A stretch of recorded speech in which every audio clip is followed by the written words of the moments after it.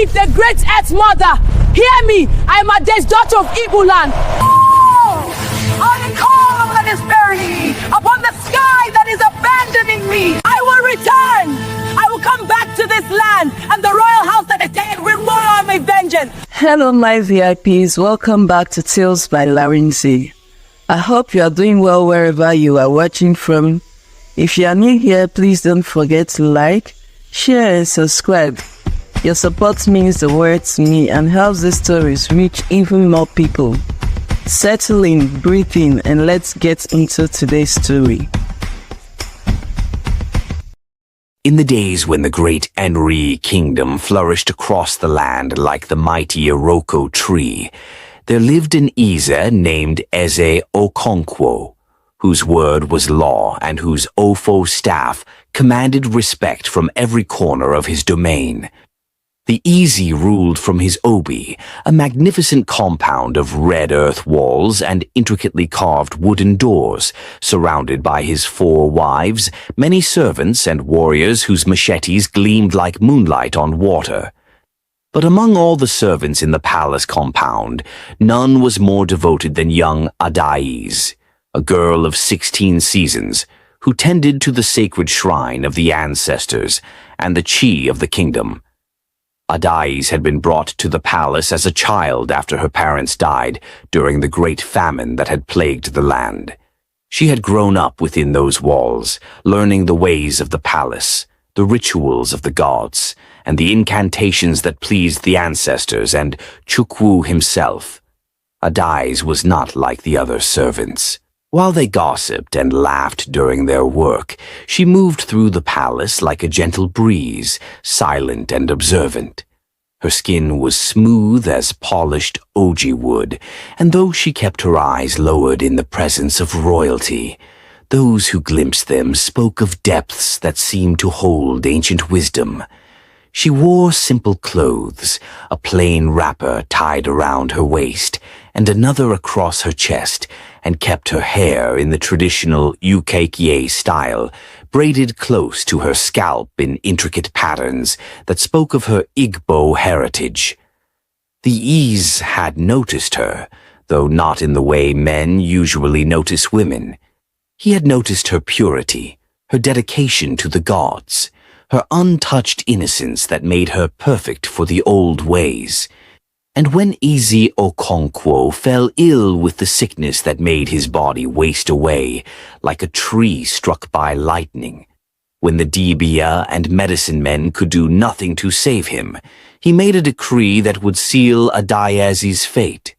When I joined the ancestors, he declared to his council of Ndi Iche, his voice barely a whisper, the maiden Adai must be buried with me. Her pure spirit will guide me through the darkness to Ani Mo, the land of the dead. Her virgin blood will sanctify my journey to our fathers. This is my will, and it must be done according to the Omanala, our tradition. The elders nodded solemnly, stroking their gray beards. This was the ancient tradition, though it had not been practiced in 3 generations. When a great Eze died, a virgin servant was sometimes sent with him to serve him in the afterlife, to ensure his comfort in the world beyond, to cook his food and carry his Ofo staff in the realm of spirits. 7 days later, as the sun rose blood-red over the kingdom, Eze Okonkwo breathed his last breath. The Ikoro, the great wooden drum, began to sound across the land, deep, mournful beats that echoed in every heart. The women wailed, "Ayewu, Ayewu," and threw themselves on the ground. The warriors fired their Dane guns into the air, and the entire kingdom draped itself in aqua ozu, mourning cloth. Adai heard the Ikoro and knew what it meant for her. She was in the shrine, preparing sacred kola nuts for offering, when the palace guards came for her. She did not resist. She did not weep or plead for mercy. She simply stood, dusted the red earth from her wrapper, and followed them with her head held high, though her heart beat like the wings of a trapped bird. They took her to the preparation chamber, where the priestesses bathed her in water mixed with sacred leaves, udo, enzu, and ingwu. They rubbed her skin with palm oil until it gleamed like bronze in firelight. They dressed her in the finest white aqua, the color of death and purity, and adorned her neck with coral beads that had belonged to the Easy's grandmother. Around her waist they tied sacred jigida beads that clicked softly as she moved. Adaizi Nuam, the oldest priestess whispered, tears streaming down her weathered cheeks. You are brave like the leopard. The gods will remember you. But Adai said nothing. In her heart a fire had been kindled, not of fear, but of rage so pure and cold, it frightened even her. She had served the palace faithfully all her life. She had never known the touch of a man, had never tasted the sweetness of love, had never held a child of her own. And now, for nothing more than tradition, her life would be snuffed out like a palm oil lamp. They brought her to the burial chamber, a deep pit dug in the red earth of Igbo land, wide enough for the Easy's body and the treasures that would accompany him. The Ease lay wrapped in the finest aqua, his Ofo staff placed beside him, surrounded by pots of palm wine, cola nuts, bitter cola, yams, and cowrie shells for his journey. Adai's was made to climb down into the pit. She stood beside the dead Easy, her white wrapper stark against the red earth. Above her, the faces of the elders, the priestesses, and the palace people looked down, some with pity, some with cold acceptance of tradition, some looking away because they could not bear to watch. The chief priest began the incantations, calling upon Chukwu, Ani, the earth goddess, and all the ancestors to receive the Ise. He poured libations of palm wine into the earth, broke cola nuts, and scattered the pieces as offering. Then he nodded to the men with shovels. The first handful of earth fell upon Adaizi's head like a curse. Then another, and another. She looked up at the circle of sky growing smaller above her, at the clouds moving across the blue expanse like the thoughts of the gods. And in that moment, as the earth began to bury her alive, Adai's did something that had never been done before. She spoke. Not a plea for mercy, but a curse that would echo through time. Chukwu, she cried out, her voice rising from the pit like thunder. Ani, the great earth mother, hear me. I am Adaize, daughter of Igbo land, and I die innocent. I call upon the earth that is burying me, upon the sky that is abandoning me, upon the ancestors who permit this. I will return. I will come back to this land, to this palace, and the royal house that has taken my life will know my vengeance. By my virgin blood that stains this earth, I swear it. The elders gasped, the priestesses trembled, but the shoveling continued, for what was done could not be undone. The earth covered Adai's completely, and her voice was silenced. But the earth remembered. Ani herself had heard. 20 years passed. The kingdom prospered under a new Ease, the son of Okonkwo, a young man named Eze Chidi, who was known for his wisdom and fairness. The palace had been rebuilt and expanded. New shrines were erected. The old curse spoken by a dying maiden was forgotten by all but the oldest elders, who sometimes whispered of it in the darkness. In a village at the edge of the kingdom, in the compound of a humble farmer named Okafor and his wife Adaku, a miracle occurred. After 10 years of childlessness, after countless sacrifices to the gods and consultations with Dibia, Adaku became pregnant. And when her time came, she gave birth to a daughter so beautiful that the midwives gasped in wonder.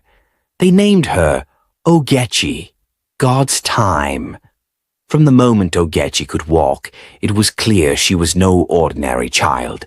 She moved with a grace that seemed impossible for one so young. She never cried, even as a baby. Her eyes held a depth of knowledge that unsettled those who looked into them too long, and as she grew, her beauty became legendary. By the time Ogechi reached 16 seasons, the age of a days when she died, she had blossomed into the most beautiful maiden the kingdom had ever seen. Her skin was like polished bronze, smooth and gleaming. Her eyes were large and luminous, like pools of dark honey that held secrets.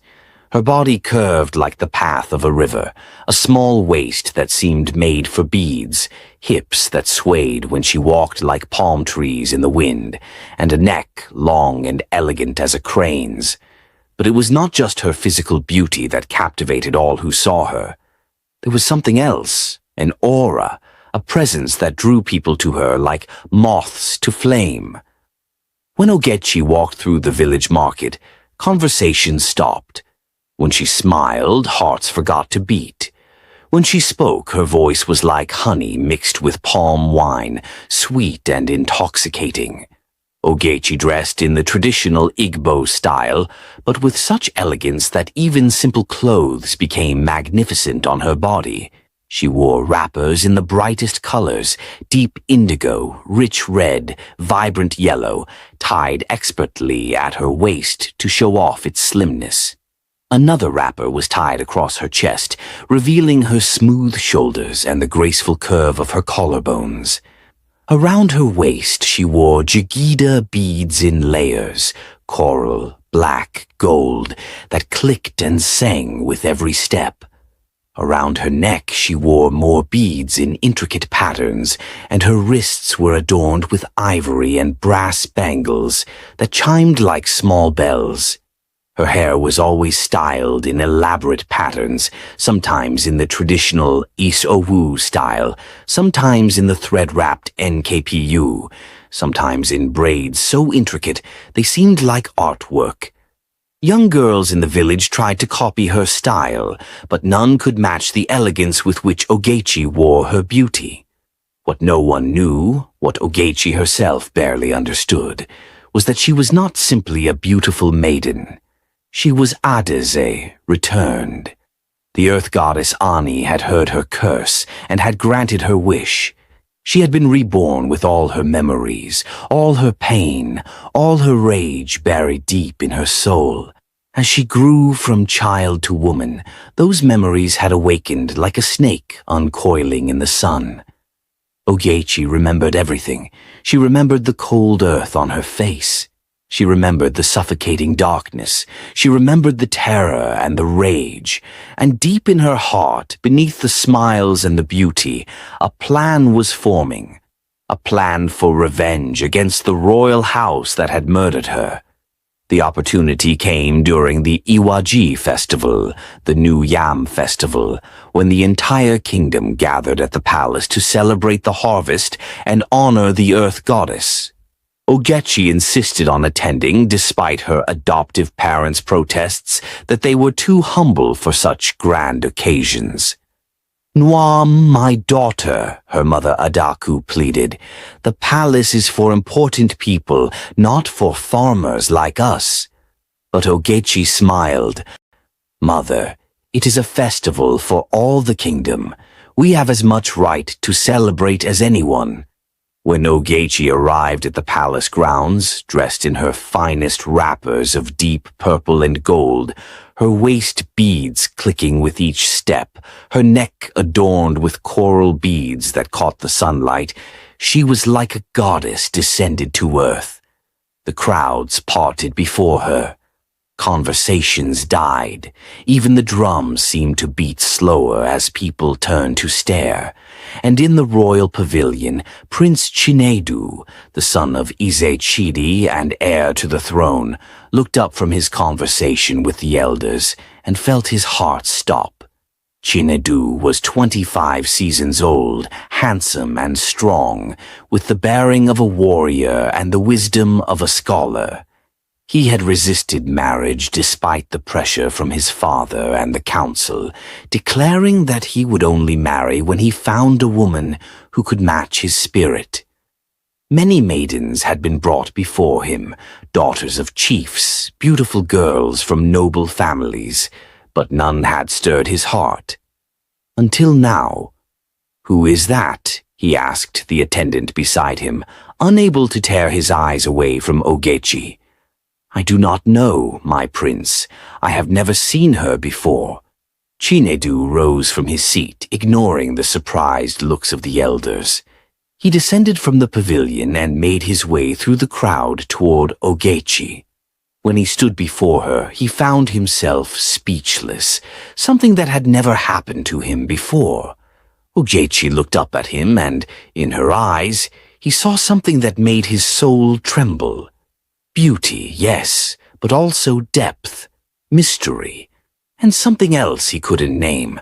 Something that felt like danger and desire mixed together. "Ndewo," he managed to say, the traditional Igbo greeting feeling inadequate. "I am Chinedu, son of Eze Chidi." Ogechi smiled slowly, and in that moment she felt the first stirring of her revenge. The prince, the grandson of the man who had ordered her death, stood before her with desire written plainly on his face. "I am Ogechi," she replied, her voice like music, "daughter of Okafor, the farmer." "Ogechi," Chinedu repeated, as if tasting the name. "You are the most beautiful woman I have ever seen. Please, would you honor me by sitting with me during the festival?" And so it began. In the weeks and months that followed, Prince Chinedu courted Ogechi with all the passion and determination of a man possessed. He sent her gifts, fine wrappers from distant lands, ivory combs for her hair, coral beads for her neck, goats and yams for her family. But Ogechi remained cool and distant, accepting his gifts with polite smiles but giving him no encouragement. This only inflamed Chinedu's desire more. He had never known a woman to resist him, had never felt such consuming passion. His father, Eze Chidi, noticed his son's distraction and became concerned. "Nwam," he said one evening, "this girl you pursue, who is her family? What is her lineage?" "She is the daughter of Okafor, a farmer," Chinedu admitted. The Eze frowned. "A farmer's daughter? Chinedu, you are a prince. You must marry someone of royal blood, or at least from a noble family." "Father, I have made my choice," Chinedu said firmly. "Ogechi is the woman I will marry. If I cannot have her, I will have no one." Eze Chidi saw the determination in his son's eyes and sighed. He consulted with the elders, who were divided. Some argued that love was a powerful force and should not be denied. Others worried about breaking with tradition. But in the end, they agreed. If the prince's heart was set, who were they to refuse? Ogechi, meanwhile, played her part perfectly. She made Chinedu work for her affection, gradually warming to him, allowing him to believe he was winning her heart. Inside, her soul remained cold as a river stone. She was patient. Revenge, after all, was a dish best served with the sweetness of trust. The marriage negotiations began. Ogechi's adoptive father, Okafor, was overwhelmed. His humble daughter marrying a prince. The bride price was enormous. More cowries than he had ever seen. Cows, goats, yams, palm wine, expensive wrappers. The wedding preparations took 3 months. On the day of the traditional marriage ceremony, Ogechi was dressed like a goddess. Her wrappers were of the finest silk, deep red like fresh blood, with gold threads woven through them. Her waist beads were coral and gold, layered so thickly they covered her from hip to navel. Her neck was adorned with the royal coral beads of the palace, heavy and magnificent. Her hair was braided in the traditional magbaji style, decorated with gold ornaments. Her skin glowed with palm oil and uli dye in intricate patterns. Red camwood powder, enzu, had been applied to her face in traditional designs. When she entered the palace compound for the ceremony, even the old women who had seen many beautiful brides gasped in wonder. Chinedu, dressed in his finest George wrapper and aqua ocha, with his red cap of authority on his head, looked at her with eyes full of love and desire. The ceremony was magnificent. Kola nuts were broken, libations poured, prayers offered to the ancestors and gods. The couple drank palm wine from the same cup. The palace musicians played, and the people danced. It was a celebration that would be remembered for generations. That night in the royal chamber prepared for them, Chinedu finally held Ogechi in his arms. "Ogechi, my wife," he whispered, "you have made me the happiest man in the kingdom. I promise to love you and protect you for all my days." Ogechi smiled in the darkness, a smile he could not see. "And I promise, my husband, that you will never forget me." The months passed. Ogechi settled into life in the palace with surprising ease, as if she had been born to it. She learned the ways of the royal household quickly. Too quickly, some of the older wives whispered. She navigated palace politics with skill, winning allies among the servants and respect from the elders. She was gracious to Chinedu's family, generous to the people, and devoted to the shrines of the ancestors. But in secret, Ogechi was laying the groundwork for her revenge. She listened to every whispered conversation, learned every secret, discovered every weakness in the royal family. She befriended the oldest servants, who remembered the old days and the old traditions. And slowly, carefully, she began to ask questions. "Tell me," she would say innocently to an old palace servant, "I have heard that in the old days when a great Easy died, special rituals were performed. What were they?" And the servant, not suspecting anything, would tell her about the tradition of burying a virgin with the king, about the last time it was done, about the maiden adai who had cursed the royal house with her dying breath. Ogechi would listen, her face serene, her heart burning with cold fire. A year after the marriage, Ogechi became pregnant. The entire palace rejoiced. Finally, an heir was coming. But when Ogechi gave birth, it was not to the healthy prince everyone expected. The baby boy was born weak and sickly, and despite all the efforts of the medicine men, he died after only 3 days. Chinedu was devastated. Ogechi wept publicly, playing the role of grieving mother perfectly. But inside she felt nothing but satisfaction. This was just the beginning. Over the next 3 years, Ogechi gave birth twice more. Each time, the babies died within days. The palace was gripped by fear and confusion. The daibya were consulted. Sacrifices were made to every god and spirit. But nothing helped. Izuchidi himself became ill, wasting away slowly as his grandfather had done. The same medicine men who had failed to save his grandfather now failed to save him. Despair settled over the palace like a dark cloud. It was then that Ogechi made her move. She went to the chief priest in private, her face a mask of sorrow and concern. "Father," she said, using the respectful term for elders, "I must tell you something. For months now I have been having dreams. In these dreams a young woman comes to me. She is dressed in white, covered in earth, and she weeps. She says her name is Adai, and she says she cannot rest. She says the land cries out for justice, that innocent blood was spilled, and until amends are made, the royal house will know no peace." The chief priest's face went pale. The old stories, nearly forgotten, came flooding back. He consulted with the oldest elders, those who had been young men when Adai was buried alive. They confirmed the story, the curse, the dying maiden's words. An emergency council was called. The story was told to Eze Chidi and Prince Chinedu, who listened in horror. This happened during my grandfather's time, Chinedu said, his voice shaking. How can we be held responsible for what happened before we were born? The ancestors do not forget, the chief priest said gravely. The earth goddess Ani does not forget. An innocent was killed in the name of tradition, and her curse lives on.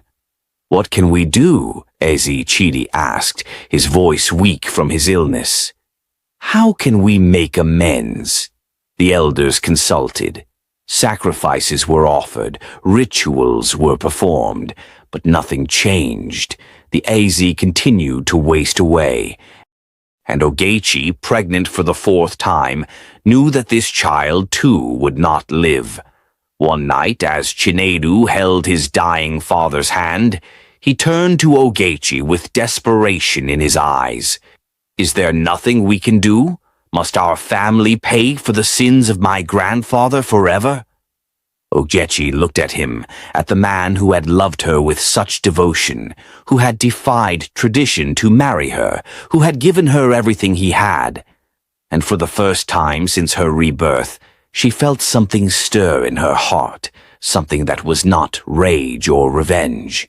She thought of Adai's, that young girl who had died in darkness and terror, whose only crime was being innocent and available. She thought of all the years of planning, of carefully nurturing her revenge. She thought of the babies she had refused to love, the children she had let die to punish the royal house. And suddenly, she saw herself clearly, what she had become in pursuit of vengeance. A destroyer, a bringer of death, just like those who had killed Adeze. The realization hit her like a blow to the chest. Chinedu, she said softly, send for the chief priest. Send for all the elders. I have something to tell them. When they were gathered in the Easy's chamber, Ogechi stood before them, her hands on her swollen belly, and spoke. I am Adaize, she said simply. I am the maiden who was buried alive with Ezi Okonkwo. The earth goddess heard my curse and sent me back. I was reborn as Ogechi, and I came here with revenge in my heart.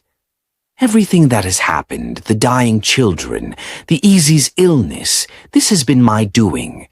I have used my knowledge of herbs and poisons, learned in my first life as keeper of the shrine.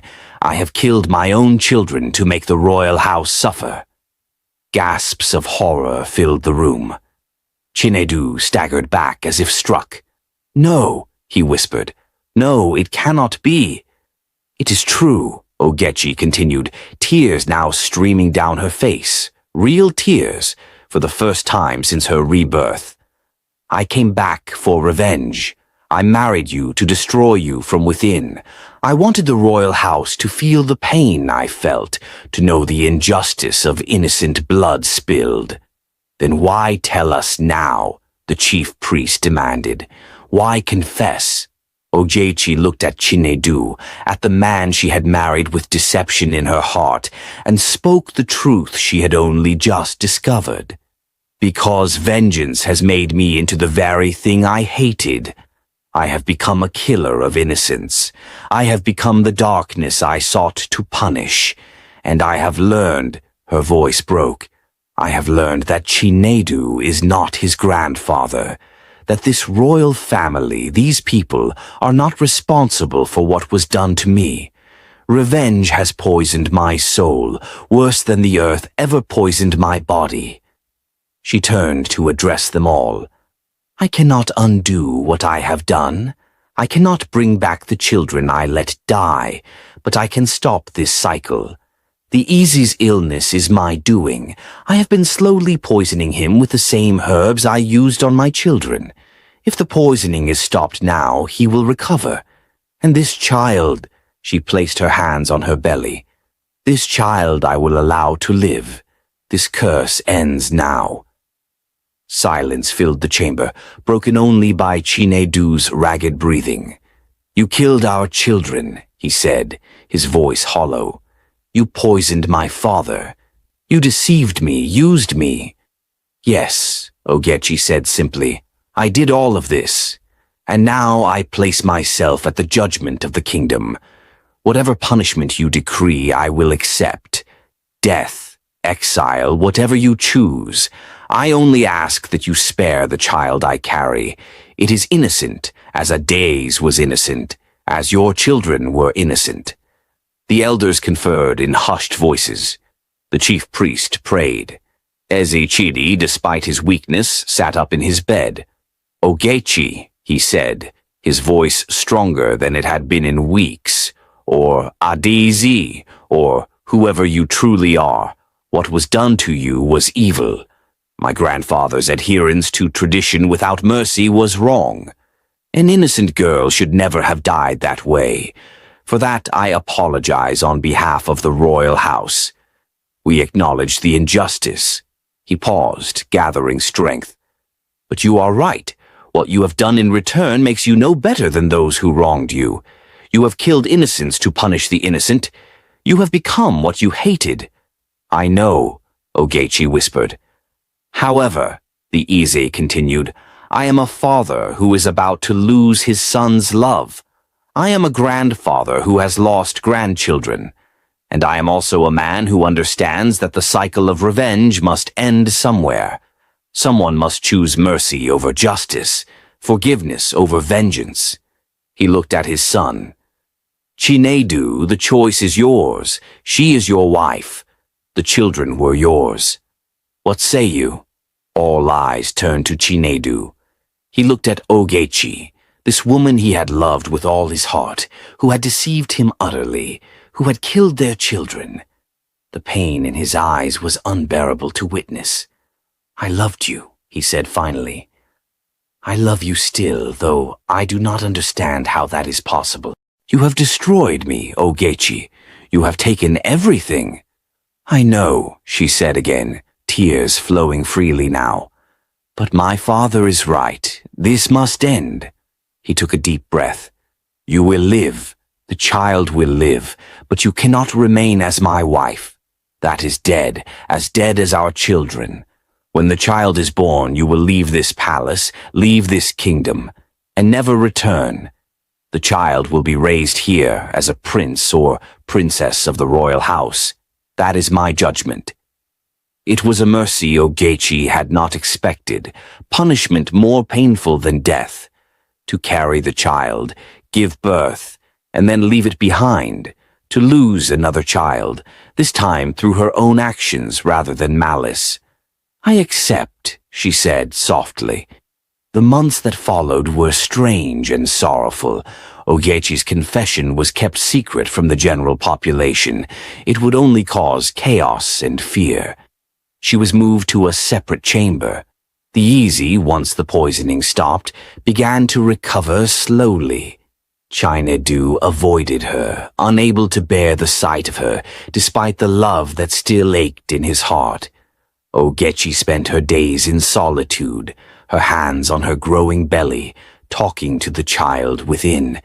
Little one, she would whisper, you will grow up in a palace, but you will not know your mother. You will have everything I never had, love, safety, a future, and you will break the cycle that I could not break. You will be proof that mercy is stronger than revenge, that forgiveness can heal what vengeance only deepens. When her time came, Ogechi gave birth to a daughter so beautiful she seemed to glow. The child was healthy and strong, crying lustily, so different from the weak babies that had come before. They named her Adaora, daughter of the people, a name that held hope for healing. For 3 days, Ogechi held her daughter, nursed her, whispered to her. On the 4th day, as the sun rose over the kingdom, she kissed the baby's forehead one last time and placed her in the arms of a waiting nurse. Then, dressed simply in a plain wrapper, with none of the beads or finery she had worn as a princess, Ogechi walked out of the palace gates. She did not look back. She traveled far from the kingdom, to a distant village where no one knew her story. There she lived simply, helping the local herbalist, using her knowledge of plants for healing instead of harm. And that's the story, my VIPs. This story teaches that tradition must never be used as an excuse to destroy innocent lives, because injustice planted in one generation can grow into pain for many more. It also shows that revenge may feel like justice, but it quietly turns the wounded person into the same destroyer they hate. Real healing begins with truth, accountability, and the courage to break the circle. Choosing mercy and a new path when it hurts. What more hidden lessons can you find? Please drop your comments in the comment section. I'll be here to read them all. And do not forget to like, share, and subscribe to Tales by Larinzy so you don't miss out on our next story. Turn on your notification because the next one is going to be even deeper. Until next time, stay safe, stay kind, and remember, forgiveness breaks what vengeance only extends.